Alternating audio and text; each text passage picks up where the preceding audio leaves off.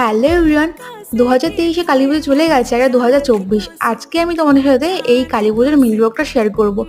আমরা গেছিলাম বারাসাতের নবপল্লীতে ঠাকুরটা দেখতে। প্রত্যেক বছর কিন্তু এখানে খুবই সুন্দর ঠাকুর করে, আর বারাসাতের টপ টপ ঠাকুরগুলো কিন্তু আমরা দেখি।